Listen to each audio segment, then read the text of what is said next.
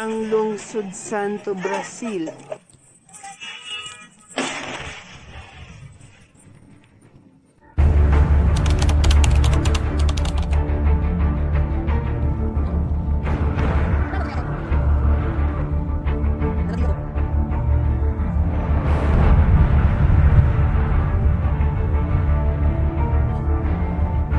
Nanatili akong nagbibigay, nanatili ako.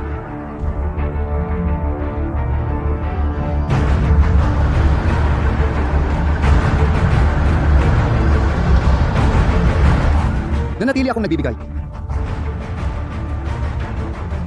Nanatili ako.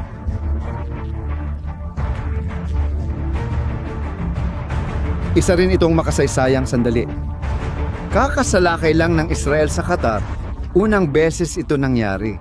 Sinabi rin nilang napaaga ang abiso nila sa Estados Unidos at ayon sa I-24 pinayagan ng administrasyon ni Donald Trump ang opensiba.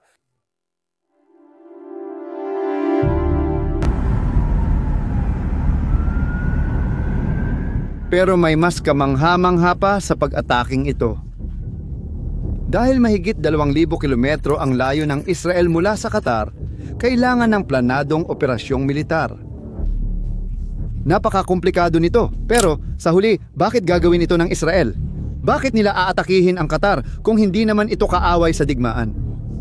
Ang sagot, magugulat ka. Para mas maintindihan ang kwento, simulan natin sa isang kontradiksyon na parang imposible. Hindi ko alam kung alam mo, pero ang Qatar ay isa sa pinakamayamang bansa sa mundo. Ang kumikislap na mga tore sa Doha ay tirahan ng bilyonaryong kumpanya at embahada ng malalaking bansa. Pero ang mga kalsadang ito rin ay tahanan ng mga bagay na tinuturing ng iba na salungat. Nakatira roon ang pamunuan ng politika ng Hamas mula 2012. At narito ang unang katotohanan na magugulat ka. Ang presensya ng Hamas sa Qatar ay hindi lihim sa kahit sino. Inaprubahan talaga ito ng Estados Unidos. Tama, alam ito ng mga Amerikano at pumayag pa silang manirahan ang mga lider ng Hamas sa kabisera ng pangunahing kaalyado nila sa Persian Gulf. Pero, bakit ito papayagan ng mga Amerikano? Ganito kasi. Ang sagot ay nasa papel ng Qatar sa rehiyon. Nagpakilala ang bansa bilang neutral na tagapamagitan at lugar kung saan pwedeng magharap ang magkaaway para ayusin ang alitan. Parang Switzerland ng gitnang silangan ito. Para maging epektibong tagapamagitan, dapat may access ka sa lahat ng panig ng alitan. Ngayon, pag-isipan mo muna ang kabalintunaan ng sitwasyong ito. Sa teritoryong tinitirhan ng mga lider ng Hamas, naroon din ang pinakamalaking base militar ng Amerika sa rehiyon, ang Al-Udeid. Lampas 10,000 sundalong Amerikano ang nakaistasyon malapit sa mga itinuturing ng Israel na terorista. Parang eksena ito sa pelikulang espiya. At ang kontradiksyon na ito'y tumagal ng mahigit 1 dekada. Namamagitan ang Qatar, nakikipagkasundo ang Hamas, nagpapanatili ng base ang mga Amerikano, at nagtitiis sa sitwasyon ang Israel kahit ayaw nila. Noong Setyembre 2025, natapos ang pagtitiis na iyon sa isang paraan na napaka-eksplosibo.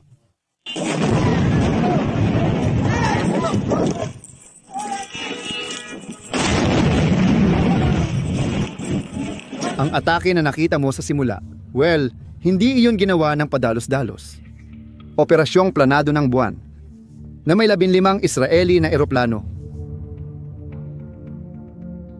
Kabilang dito ang mga makabagong stealth fighter na F-35 at may isang detalye na lalong nagpapakaka-espesyal sa lahat ng ito.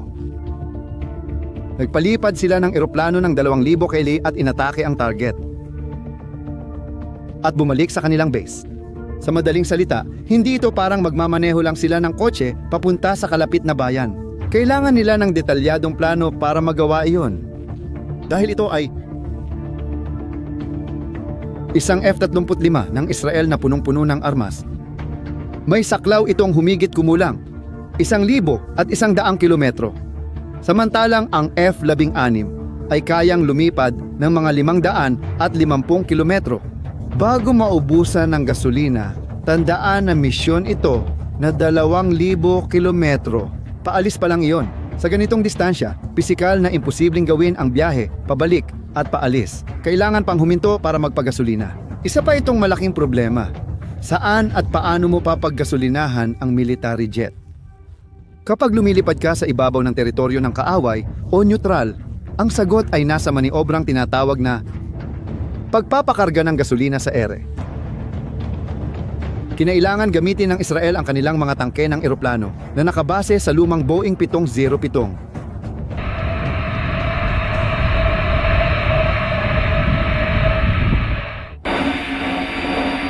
Para salubungin ang mga jet sa gitna ng ruta. Maglipat ng gasolina habang lumilipad. Isipin mo ang kinakailangang kasiguraduhan. 2 eroplano na lumilipad ng daan-daang kilometro bawat oras.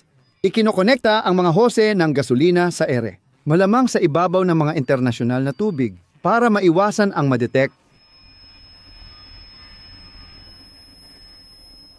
Kailangan gawin ang operasyong ito ng 2 beses, pabalik at papunta. Isang pagkakamali sa kalkulasyon, isang problemang teknikal, isang pagharang, at mawawala na ang buong misyon. Pero tinanggap ng Israel ang napakalaking panganib na ito. May isang partikular na dahilan. At ito marahil ang pinaka-nakakagulat na sandali sa kwentong ito.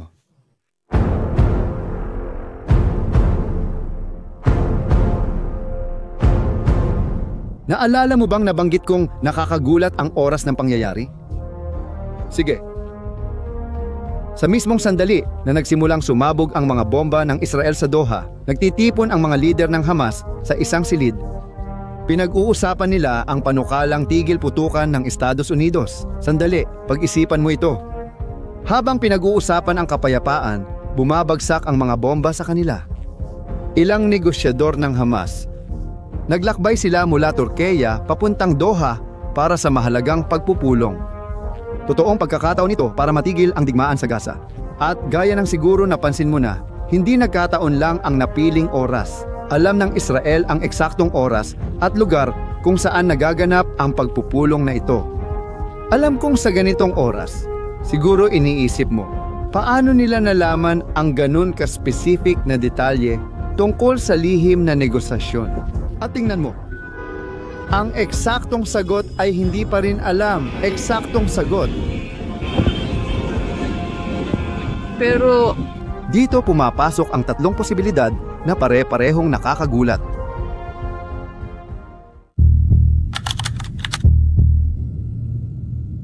Ang una ay may kinalaman sa klasikong human espionage. Maaaring isang mataas na antas na source, posibleng Iranian, ang nagbigay ng eksaktong impormasyon tungkol sa pagdating ng mga lider ng Hamas. Isa itong tradisyonal na tagumpay sa intelihensya, pero napakataas ng panganib. Oo.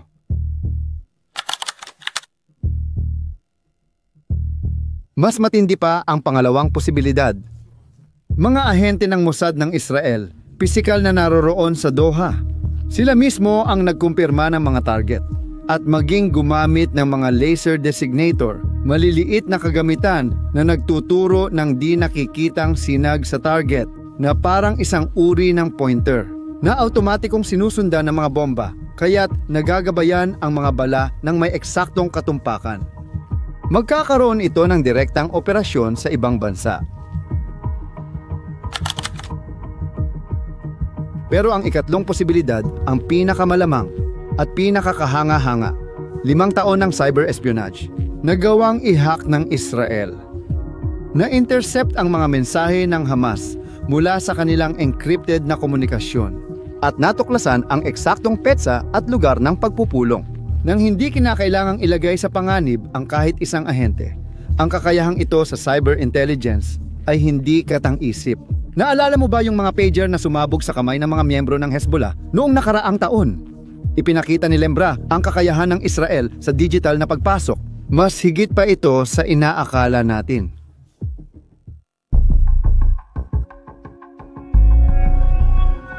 Ang operasyon ay halimbawa ng kahanga-hangang presisyon militar gamit ang 10 guided munitions na sabay-sabay pinaputok sa isang gusali.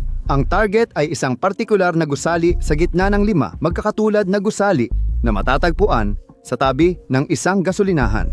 Kailangang maging sapat na eksakto ang pag-atake para tamaan lang ang tamang gusali nang hindi nasisira ang mga katabing gusali o ang gasolinahan. At gumana ito. Nawasak ang target na gusali, ngunit buo pa rin ang mga katabi nito. Pero hindi nangyari ang mga bagay ayon sa plano. Ang mga pangunahing target ay nakaligtas. Si Khalil al-Hayya, ang punong negosyador ng Hamas, ay hindi namatay. Pati na rin si Khaled Mashal, isa pang mahalagang leader. Kaya, tama bang sabihin na nabigo ang Israel? Sa totoo lang, hindi.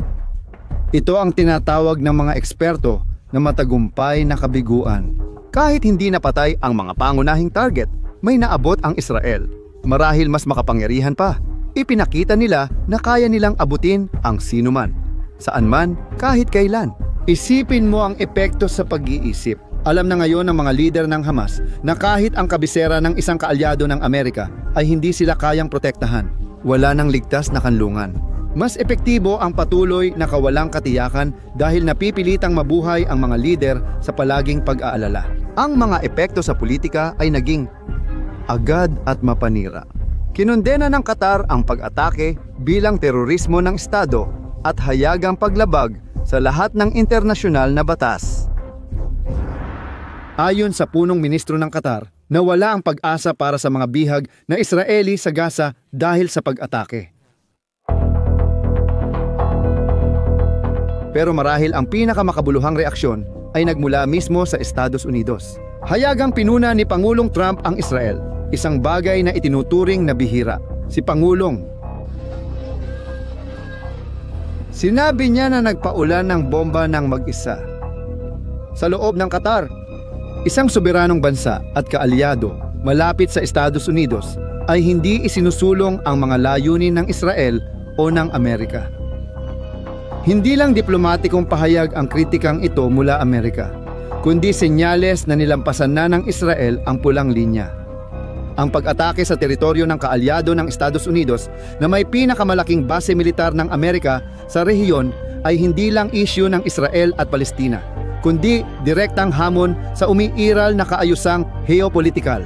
Pero tinaya ng Israel na mas malaki ang benepisyo kaysa sa mga magiging gastos.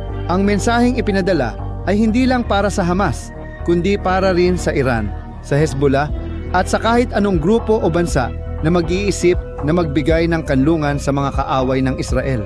Samantala, agad na bumagsak ang mga negosasyon para sa tigil putukan at pansamantalang sinuspinde ng Qatar ang kanilang papel bilang tagapamagitan. Idineklara ng Hamas na pinatunayan ng pag-atake na ayaw talaga ni Netanyahu ng anumang kasunduan. At libu-libong kilometro ang layo sa Gaza, nagpatuloy ang digmaan. Ngayon, kung titingnan natin ng mas malapitan, ang operasyon ay kumakatawan sa mas malaking bagay kaysa isang ataking militar. Ito ay malaking pagbabago sa mga patakaran ng laro. Sa gitnang silangan, may mga lugar na matagal nang itinuturing na hindi pwedeng galawin. Mga kabisera ng neutral na bansa, teritoryo ng tagapamagitan, at mga diplomatiko base. Nilabag ng Israel ang isa sa mga patakarang iyon. Sa huli, ipinakita nila ang kakayahan na kakaunti lang sa mga bansa sa mundo ang mayroon. Magpakita ng kapangyarihan sa libu-libong kilometro ang layo, makalusot sa mga advanced na depensa sa himpapawid at tamaan ang mga tiyak na target sa masisikip na urbanong lugar.